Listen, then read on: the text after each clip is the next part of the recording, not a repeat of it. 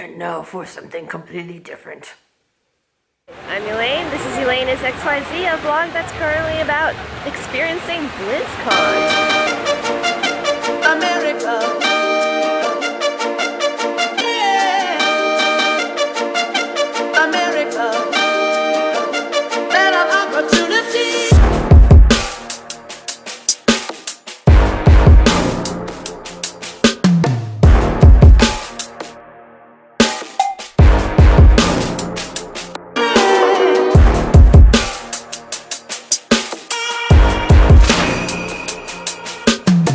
I recently went to my first ever gaming convention, Blizzcon, at the Anaheim Convention Center, and since this vlog is basically all about the experimental experiences that I'm creating for myself, I figured I'd show you all what was new to me there. Only in America. A dream like this come true. In case you didn't know, BlizzCon is a gaming convention dedicated to all the things that Blizzard Activision has been putting out in the world, and I have been playing since I was a wee little babe. No, seriously, some of my earliest gaming memories were of trying to figure out how to play Lost Vikings with an elementary school student's grasp of strategy. That was a really tough game. And yeah, that's right, I haven't told this channel yet, but I used to be kind of really into gaming back in the day. I'd save up my lunch money to buy consoles, I'd host LAN parties in high school, and I lost countless hours and probably countless grade points to World of Warcraft in college. Sometime after I graduated, my career took precedence. Also, cell phones became like mini Game Boys, and so I've switched over to casual. But every now and then, when I feel like I can spare the productivity, I will download or buy something and then just not eat or sleep for several days.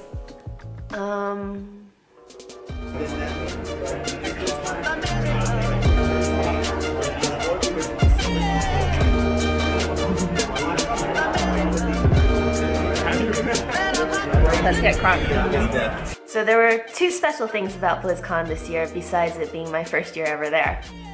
Announcements. Holy cow. It has been a hot minute since I've experienced really wanting to play something. Being at BlizzCon was a real throwback to when I used to spend hours on blogs reading take after take after take of what would be coming up in the next few months before a game was released. Only it was compacted into 2 days surrounded by people who were even more excited than I was, literally face to face with the people who were making the games. And that was really cool, actually.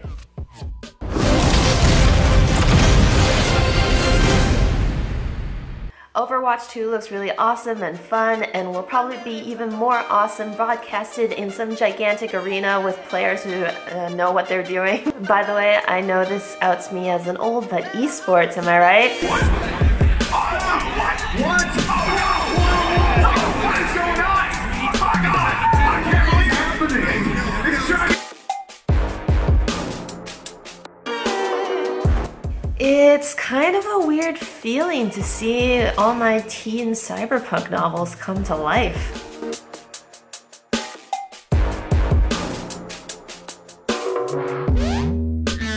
Damn, Diablo 4 flexed hard with Lilith and her placenta cape.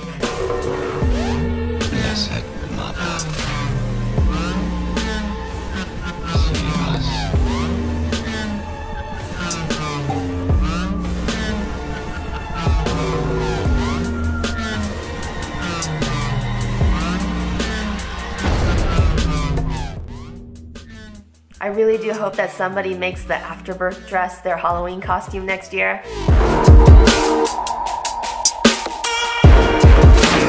Only in America.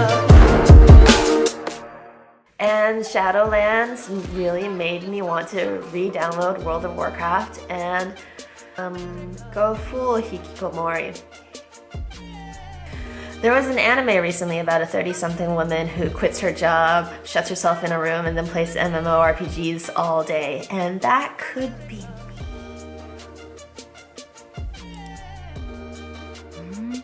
キャラ可愛いし、絵も綺麗。森岡森子30歳、脱サラしてニートになった。その辺の無職とは格が違う。自らニートの道を選んだエリートニートだ。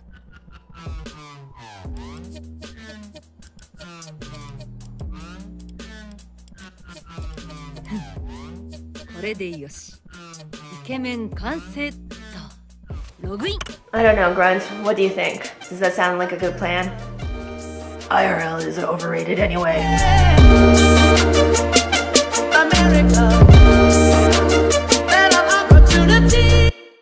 So one thought occurred to me actually after I had already posted this video, but then I felt like I would be kind of upset with myself if I looked back and didn't see this mentioned.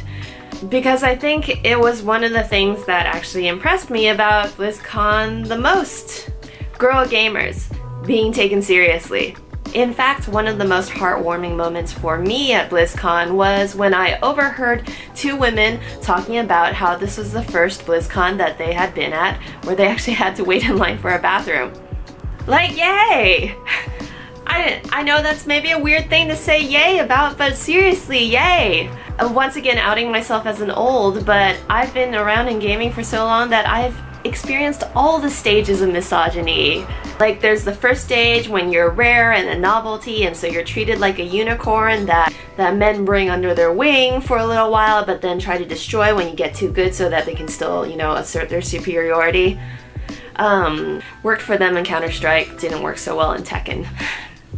Then a couple of years later, suddenly the only reason I was on games was to get their attention. Because, you know, young collegiate Asian girls can't get attention anywhere else outside of a World of Warcraft Barons chat. And then a couple of years later after that, there suddenly was the wonderful world of labeling people who care about diversity and equality as SJWs, obviously trying to instill new values into the sacred space of gaming for no reason whatsoever, I guess. What's gaming even about if it's not to wank off to pixelated women? And then maybe if you don't take a look back, you don't get to see how far we've come and how much better it's actually gotten. And that has been through the tireless efforts of journalists and gamers speaking up, and companies like Blizzard taking responsibility for, say, toxicity in their chats. Or realizing that making sure every character, male or female, has a fleshed out background story. Because when many types of people identify with and love the characters, shocker, they spend heap loads of money on them. Sure, the ratio of gamers still skews very male, especially in certain arenas. Esports, am I right? But the fan base for games is growing and changing. Even non-casual games are no longer a niche interest. And the quality keeps on getting better, and more people are joining the game community full-heartedly, and this may be one of the only cases in life where I will be thrilled to watch the girls' bathroom line get longer somewhere.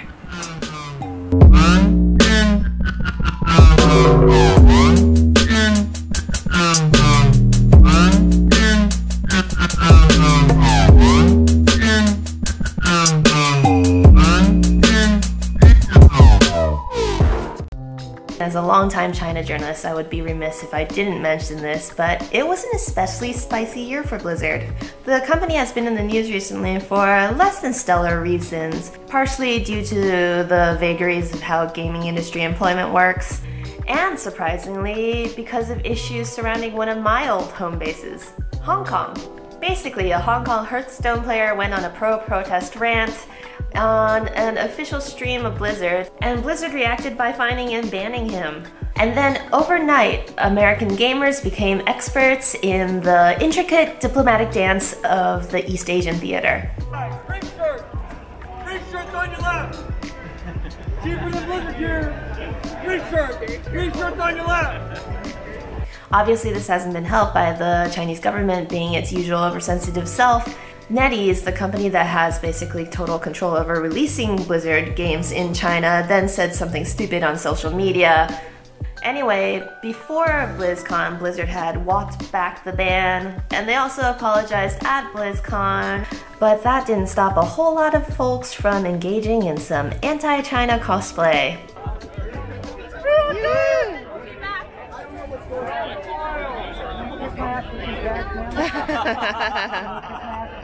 while spending over $200 a ticket to, you know, play the newest demos. Remember back in the day when what you got mad at game companies over were bugs?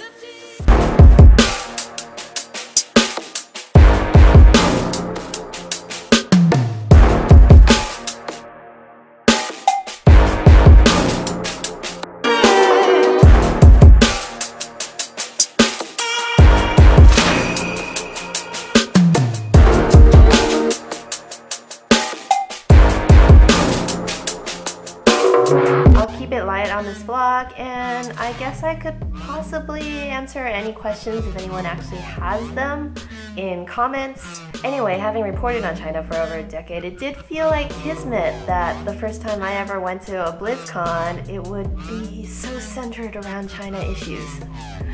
Anyway, let's close this out with more Blizzcon footage.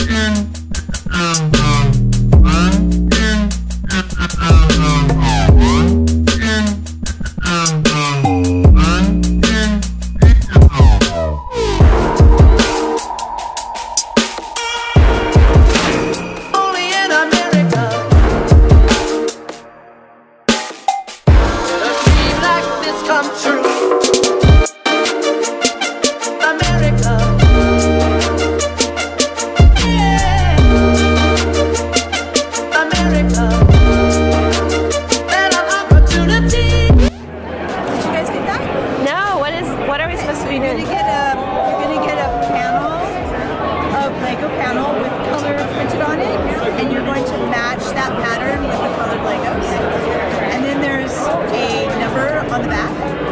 So when you take it up when you're done, you take it up to the stage and they'll know